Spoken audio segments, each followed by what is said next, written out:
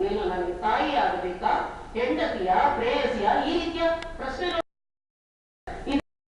ಅಂದ್ರೆ ಜಾಗತೀಕರಣ ಸಂದರ್ಭದಲ್ಲಿ ಭೂಮಿಯು ತನ್ನ ಅರ್ಥವನ್ನ ಕಳ್ಕೊಳ್ತಾ ಇದೆ ಅಂತ ಇದರ ಅರ್ಥ.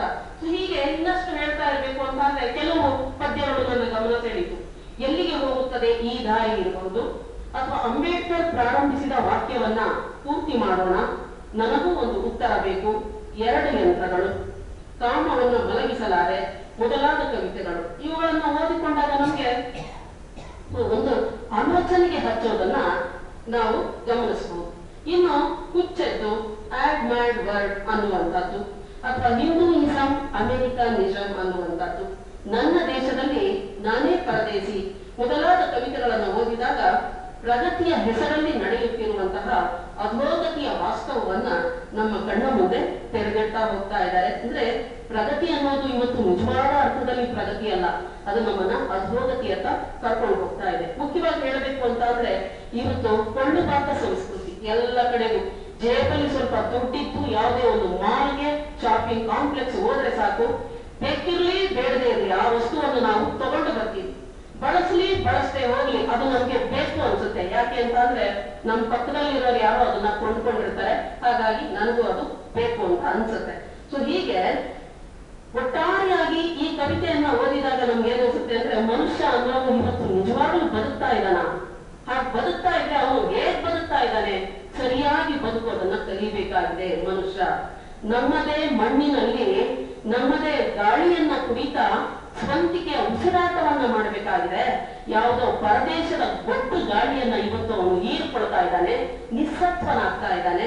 ಹಾಗಾಗೋದ್ರಿಂದ ನಮ್ಗೆ ನಿಜವಾಗ್ಲೂ ಬೆಳವಣಿಗೆ ಅನ್ನೋದಿಲ್ಲ.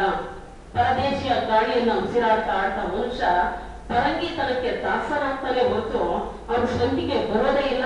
ಅವನು ಯಾವತ್ತೂ ತನ್ನ ಮಣ್ಣಿನಲ್ಲಿ ಆಳವಾಗಿ ಬೇರು ಬಿಟ್ಟು ಬೆಳೆಯೋದಿಕ್ಕೆ ಸಾಧ್ಯವೇ ಇಲ್ಲ ಅನ್ನೋದು ನಮ್ಗೆ ಗೊತ್ತಾಗುತ್ತೆ. ಹೀಗೆ ಇಡೀ ಅಕ್ಷರಸ್ಥ ಸಮುದಾಯದ ಬಗ್ಗೆ ನಮ್ಗೆ ಗಮನ ಸೆಳೀತಿದ್ದಾರೆ. ಇವತ್ತು ನೋಡಿ, ಸಮಾಜದಲ್ಲಿ ಅಪರಾಧವನ್ನ ಎಸಗ್ತಾ ಇರುವಂತಹ ಕ್ಯಾಟಗರಿ ಯಾವುದು? ಅಕ್ಷರಸ್ಥ ಸಮುದಾಯ. ಅವರು ರಾಜಕಾರಣಿ ಇರಬಹುದು, ಅವನೊಬ್ಬ ಸ್ಕಾಲರ್ ಇರಬಹುದು, ಅವನು ವಿಜ್ಞಾನಿ ಇರಬಹುದು, ಚಿಂತಕ ಇರಬಹುದು. ಇವರು ಮಾಡ್ತಾ ಇರುವಂತಹ ಅಸಲಿ ಒಂದು ದುರುದ್ದೇಶದ ಕೆಲಸಗಳನ್ನ ಯಾವುದೇ ಒಬ್ಬ ಅವಿದ್ಯಾವಂತ ಮಾಡ್ತಾ ಇಲ್ಲ ಇವತ್ತು. ಯಾಕೆ ಅಂತ ಅಂದ್ರೆ ಅಕ್ಷರಸ್ಥನು ಬರ್ತಾ ಬರ್ತಾ ಸುಧಾರಣೆ ಆಗ್ಬೇಕಿತ್ತು, ಆದ್ರೆ ಸುಧಾರಣೆ ಆಗ್ತಾ ಇಲ್ಲ. ಆ ಸುಧಾರಣೆಯಲ್ಲಿ ಎಲ್ಲೋ ಒಂದ್ ಕಡೆ ಲೋಪದೋಷಗಳನ್ನ ಹುಡುಕ್ತಾ ಇದ್ದಾರೆ. ಅದು ಅದ್ದೇಪಲ್ಲಿ ಅಂತವ್ರಿಗೆ ಏನಾಗುತ್ತೆ ಅಂತ ಅಂದ್ರೆ ಮಿಸ್ಕಾಡದಂತೆ ಆಗುತ್ತೆ, ಹೊಟ್ಟೆಯಲ್ಲಿ ಹುಳು ಮಿಸ್ಕದಂಗೆ ಆಗುತ್ತೆ. ಇವು ಹೊಟ್ಟೆಯಲ್ಲಿ ಹುಳು ಮಿಸ್ಕೋದಷ್ಟೇ ಅಲ್ಲ, ತಲೆಯಲ್ಲಿ ಮಿಸುತ್ತಾ ಇದೆ. ವಿಚಾರಗಳು ಅನ್ನುವ ಹುಳುಗಳು ತಲೆಯಲ್ಲಿ ಮಿಸಿದಾಗ ಏನಾಗುತ್ತೆ, ನನ್ಗೊಬ್ಬನೇ ವಿಚಾರವಂತನಾದ್ರೆ ಸಾಲದು, ನನ್ನ ಸುತ್ತಮುತ್ತ ನನ್ನ ಸಮಾಜಕ್ಕೆ ಈ ಚಿಂತನೆಗಳನ್ನ ನಾನು ಸರಿಯಾದ ರೀತಿಯಲ್ಲಿ ತಲುಪಿಸಬೇಕು, ಸರಿಯಾದ ಧೋರಣೆಗಳನ್ನ ಬಿಂಬಿಸಬೇಕು, ಸರಿಯಾದ ವಯಸ್ಸಿನಲ್ಲಿ ಈ ಸಂಸ್ಕಾರವನ್ನ ಸಂಸ್ಕೃತಿಯನ್ನ ಸಣ್ಣ ಮಕ್ಕಳಿಂದ ಹಿಡಿದು ದೊಡ್ಡವರ ತನಕ ಇದನ್ನ ಹೇಳ್ತಾ ಹೋದಾಗ ಅವರನ್ನು ತಮ್ಮ ಬದುಕಿನಲ್ಲಿ ಅಳವಡಿಸಿಕೊಳ್ತಾರೆ.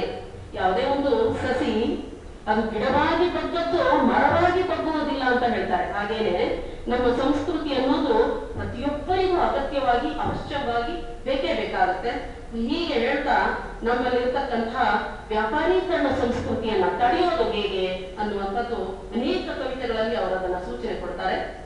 ಅದರ ಜೊತೆಗೆ ಇನ್ನೊಂದು, ಈ ಸೌಂದರ್ಯವನ್ನ ಹಾಳು ಮಾಡ್ತಾ ಇರ್ತಕ್ಕಂತಹ ಕಣ್ಣುಗಳು ಅಥವಾ ವ್ಯಾಪಾರೀಕರಣ, ಇದನ್ನ ಅತ್ಯಂತ ಒಂದು ಪುಟ್ಟ ಕನ್ನಡಿಯೊಳಗೆ ಹೇಗೆ ಬಿಂಬಿಸ್ತಾರೆ ಅನ್ನೋದನ್ನು ನಿಮ್ಮ ಮುಂದೆ ಹೇಳ್ತೀನಿ. ಅದರ ಅರ್ಥವನ್ನ ನಾನು ನಂತರ ಉದಾಹರಣೆ ಸಹಿತ ಕೊಡ್ತೀನಿ. ನೀನು ಆರ್ಯನಾದರೇನು, ದ್ರಾವಿಡನಾದರೇನು, ಬಹುರಾಷ್ಟ್ರಗಳ ನೆತ್ತರು ನಿನ್ನಲ್ಲಿ ಇಂಗಿ ಹೋಗುತ್ತಿರುವಾಗ ನೀನು ಪ್ರಭುವಾದರೇನು, ಪ್ರಜೆಯಾದರೇನು, ಎಲ್ಲರೂ ಅನ್ಯ ರಾಜರಿಗೆ ಗುಲಾಮರಾಗುತ್ತಿರುವಾಗ ನೀನು ಕಣ್ಣು ತೆರೆದಿದ್ದರೇನು, ಕಣ್ಣು ಮುಚ್ಚಿದ್ದರೇನು, ಕಣ್ಣ ಪಾಪೆಗಳನ್ನು ಹದ್ದು ಕಸಿದುಕೊಂಡು ಹೋಗುವಾಗ ನೀನು ಗಂಡಾದರೇನೋ ಹೆಣ್ಣಾದರೇನು, ಇನ್ನೊಬ್ಬನ ಸಂತೆಯ ಸರಕಾಗಿ ಹೋಗುವಾಗ ನೀನು ಗತದಲ್ಲಿ ಜೀವಿಸಿದರೇನು, ಮೌನವಾಗಿದ್ದರೇನು, ಜಾಗತೀಕರಣ ಭಾವನೆಗಳಿಗೆ ಬೆಂಕಿ ಇಡದೆ ಹೋಗುವಾಗ. ಅಂದ್ರೆ ನೋಡಿ, ನಮ್ಮ ಪ್ರಜೆಗಳನ್ನ ಮಾಯಾ ಸಂಸ್ಕರಣ ಭ್ರಮೆಯಲ್ಲಿ ಇರಿಸಿದ್ದಾರೆ. ಈ ದೇಶವನ್ನ ಅಲ್ಲೋಲ ಕಲ್ಲೋಲ ಮಾಡುತ್ತಿರುವ ಜಾಗತೀಕರಣದ ಅಸಲು ಬಣ್ಣ ಜನಸಾಮಾನ್ಯರಿಗಂತೂ ತಿಳಿಯೋದಿಲ್ಲ. ತಿಳಿದವನು